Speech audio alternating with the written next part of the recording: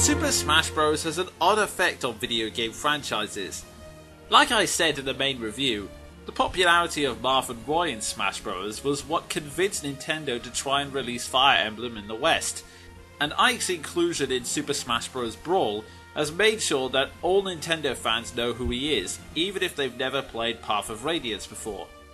The truth is though, for a while, I wasn't his biggest fan. Don't get me wrong, I didn't hate Ike and I was happy he got into Smash Bros, but when I first played through Path of Radiance, there wasn't much to hold on to. Sure, he's a strong swordsman, he vows revenge for his dead father, he's a good leader who says the right thing at the right time even if he's not very bright, but these are qualities we've all seen in other heroes.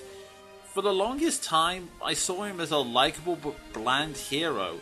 There wasn't anything about him that made him stand out for the crowd. And then, one day, I had a random trail of thought that changed my entire perspective on the character. This was caused by, of all things, a line from Star Trek Voyager. To be more precise, it was the scene where an alien, a Borg if you really must know, turns to the heroes of that show and mocks them with the line, "You are small, and you think in small terms."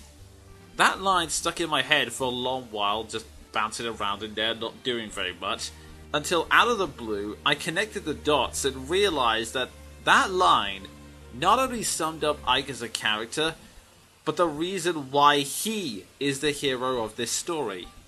There's an old phrase that says prejudice is deeper the further you go back, and it's made pretty clear in the game that the Lagoos and the Bjork have a long twisted history of being at each other's throats.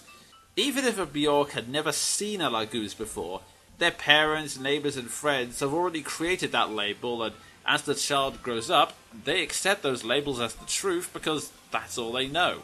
And so, on a continent where everyone is judged on their race, nationality or class, the only one who can change things for the better is someone who is disconnected from that history. Because Ike's parents were on the run, he was brought up in remote areas all of his life. And so, with him being arguably raised in isolation, his only ambition was to be like his father, a world-renowned mercenary. He has no knowledge of history, no social pressure, and the mercenary lifestyle requires him to work with people from all walks of life. In that business, skill and character are the only things that matter, and that's all Ike has to judge people with. There's a good scene from an early chapter that shows what I'm talking about.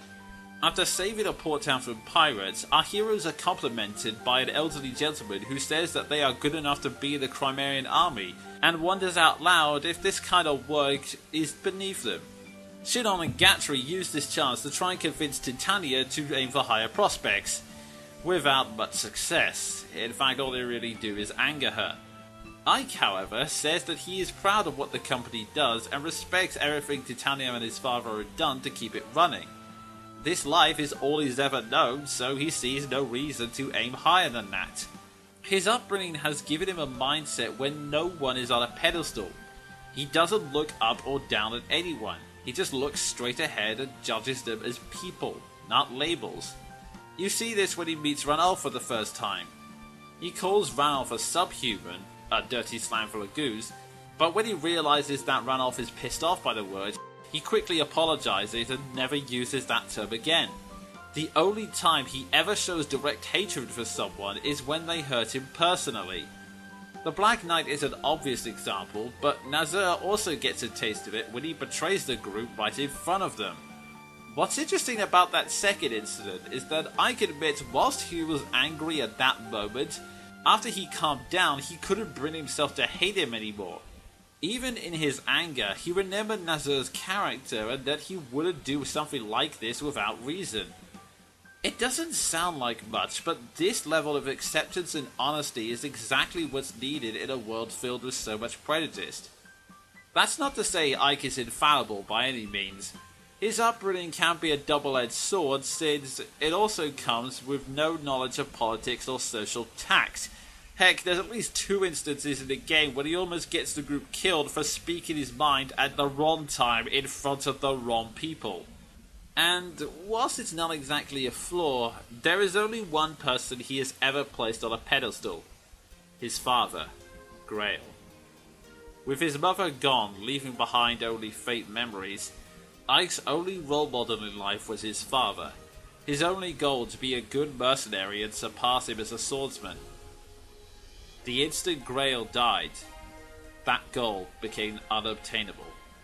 In death, he was stronger than anything Ike could achieve, because all Ike has for a goal is victory against a memory, or rather, an idealization of a loved one.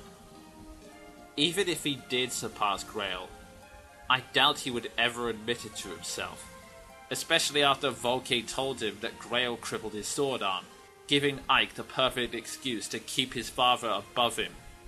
Even after defeating the Black Knight in Path of Radiance, the man who defeated and killed his father in the first place, Ike still says that Greil was the best, and that defeating the Knight was merely a way of showing his father that he had grown up. It's somewhat tragic, but it is also the perfect motivator. Ike is constantly training to surpass his limits because he will never be satisfied with his own strength. He will spend the rest of his life chasing after legends. That unobtainable goal is one of the few things Ike desires in life. Between that and maintaining his family and company, he doesn't need anything else, which is why he gives up the power and wealth most people would have accepted in a heartbeat. And for the record, those desires are also why I don't like that lazy ending they gave him in Radiant Dawn. Even ignoring the logistics of it, Ike would never abandon his family or his father's company for the sake of exploration. We've already established he's a man of simple pleasures. He doesn't want to see the world.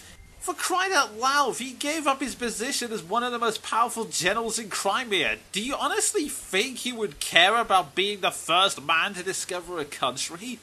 It is so out of character, and it comes across as a lazy way to add some last-minute grandiose to a story that frankly didn't need it. Many intelligens would aspire to be like Ike, the mercenary with nothing who gained everything. But that greed in itself is one of the reasons why they could never follow those footsteps. If one is to untangle the twisted history of Tellius and reunite its people, they cannot look up with desire, look down in contempt, or look behind them for guidance. They can only look straight ahead and keep going. Ike is one of the simplest people the world has ever known, but he is also the most important person in Tellius, and he is the perfect hero for this story.